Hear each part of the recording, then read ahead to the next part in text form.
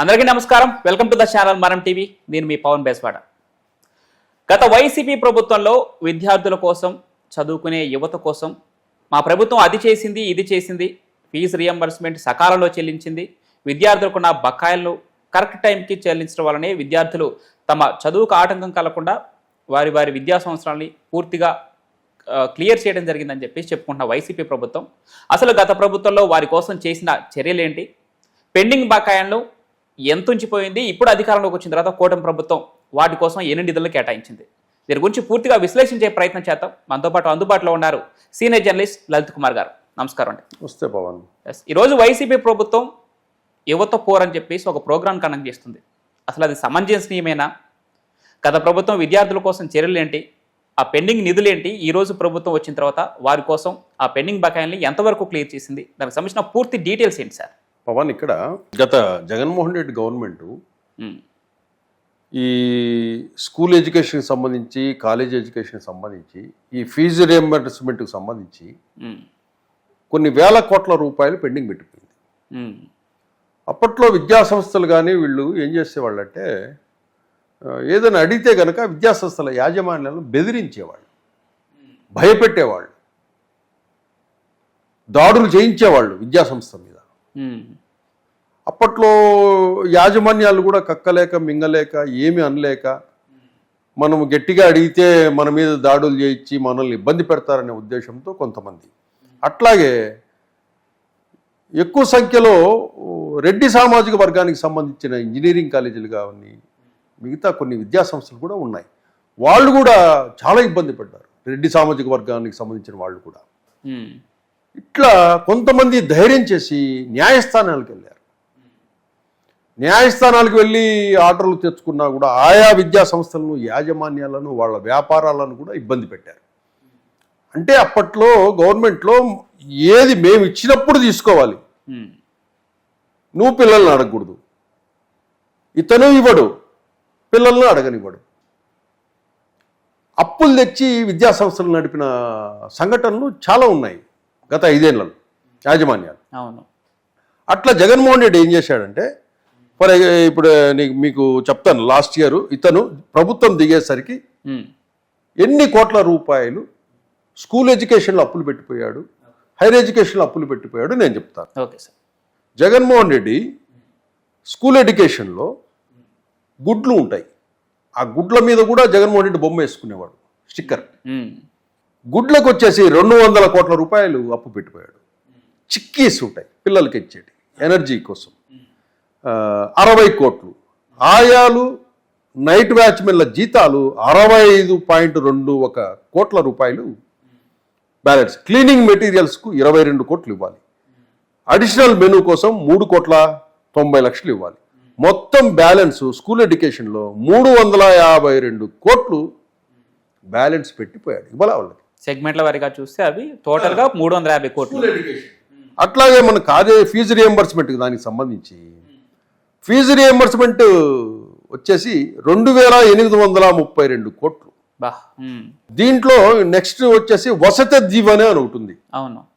అకామిడేషన్కి ఇచ్చేది, హాస్టల్కి, దానికి 989 కోట్లు బ్యాలెన్స్ పెట్టిపోయారు. అట్లాగే ఫీజు రియంబర్స్మెంట్ ఉంది పీజీ కోర్సెస్కి సంబంధించి, దానికి 450 కోట్లు బ్యాలెన్స్ పెట్టిపోయారు. అంటే కాలేజీ ఎడ్యుకేషన్ వీటిల్లో 4,270 కోట్లు బ్యాలెన్స్ పెట్టిపోయారు. ఈ కూటమి గవర్నమెంట్ వచ్చినాక యాజమాన్యాలంతా మాకు ఇబ్బందిగా ఉంది అంటూనే ఇమ్మీడియట్గా ఎడ్యుకేషన్ డిపార్ట్మెంట్ వాళ్ళు ఏం చేశారంటే, నారా లోకేష్ 788 కోట్లు ఫీజులు డైరెక్ట్గా కాలేజ్ వాళ్ళకి పే చేశారు. డైరెక్ట్ కాలేజ్ వాళ్ళకి పే చేశారు. గతంలో వీళ్ళు జగన్మోహన్ రెడ్డి ఎలా ఉండేదంటే, నేను ఇస్తున్నాను మీకు అని చెప్పడానికి పేరెంట్స్కి ఇచ్చేవాడు, పేరెంట్స్ అకౌంట్లో వేసి వాళ్ళు వెళ్ళి విద్యా సంస్థలకు పే చేయడం జరిగేది, వేసేవాడు. ఇప్పుడు మనం ఇవ్వాల్సింది గవర్నమెంట్ కాలేజీలకి, ఎందుకంటే చదువు చెప్పేది వాళ్ళు.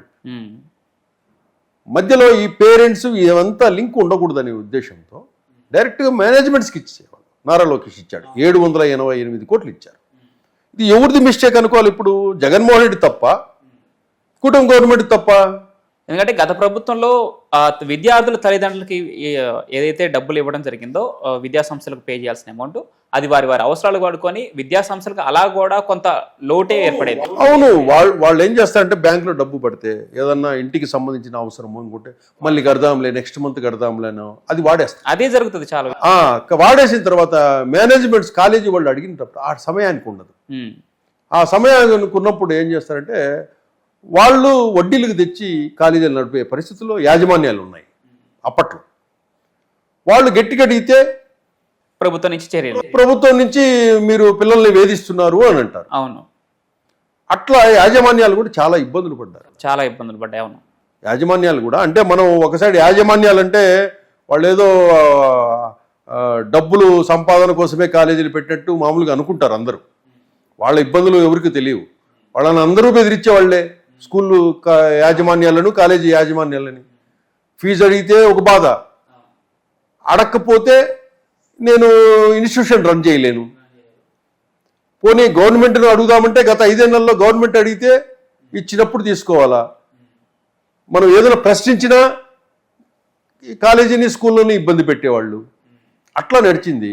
కాబట్టి ఇప్పుడు కూటమి గవర్నమెంట్ వచ్చినాక ఇన్స్టిట్యూషన్స్ అన్ని కొంచెం రిలాక్స్గా ఉన్నాయి. ఎందుకంటే ఎడ్యుకేషన్ మినిస్టర్ నారా లోకేష్ అర్థం చేసుకుంటాడు. తెలుసు సార్ మాకు ఈ ప్రాబ్లం ఉందని మొన్న గవర్నమెంట్ వస్తే చెప్తానే ఇమ్మీడియట్గా 788 కోట్లు రిలీజ్ చేసేసారు. ఇది డైరెక్ట్ మేనేజ్మెంట్కి ఇచ్చారు. మధ్యలో ఎవరు థర్డ్ పార్టీ ఉండకూడదు. పాఠం చెప్పేది కాలేజీ వాళ్ళు పిల్లలకి, వాళ్ళకి చెల్లిస్తుంది కానీ ప్రభుత్వము పేరెంట్కి కాదు. అట్లా ఆ సిస్టము చేశారు ఇప్పుడు. కాబట్టి ఇంకా స్మూత్గా ఈ రిమైనింగ్ బ్యాలెన్సెస్ కూడా ఏవైతే ఉన్నాయో ఈ మార్చి ఫైనాన్షియల్ ఇయర్ ఎండింగ్ తర్వాత ఈ బ్యాలెన్స్లు కొద్దిగా రిలీజ్ చేసే అవకాశాలు కూడా ఉన్నాయి. అంటే ఇందాక మీరు చెప్పినట్లు ఆ స్కూల్ పిల్లలకి పెట్టే గుడ్డు మీద జగన్ బొమ్మ వేసుకోవటం, ఆ తర్వాత స్కూల్ పిల్లలకి ఇచ్చే స్కూల్ బ్యాగుల మీద ఆ జగన్ సర్కార్ బొమ్మలు వేసుకోవటం, ఇది తప్ప వారి సంక్షేమాన్ని చూసుకునే విద్యా సంస్థలకి ఆ విద్యా సంస్థలకు సరిపోయిన నిధులను కేటాయించడంలో జగన్ ప్రభుత్వం పూర్తిగా విఫలమైంది. ఇప్పుడు మీరు చెప్పిన దాని ప్రకారం అంటే ఇక్కడ ఒక స్కూల్ డిపార్ట్మెంట్, ఎడ్యుకేషన్ డిపార్ట్మెంటే కాదు అప్పట్లో ఇబ్బంది పడింది, మిగతా విభాగాలన్నీ కూడా. గవర్నమెంట్ ఎంప్లాయీస్ కూడా బెదిరించేవాళ్ళు. గవర్నమెంట్ ఎంప్లాయీస్ యూనియన్ లీడర్లను బెదిరించేవాళ్ళు.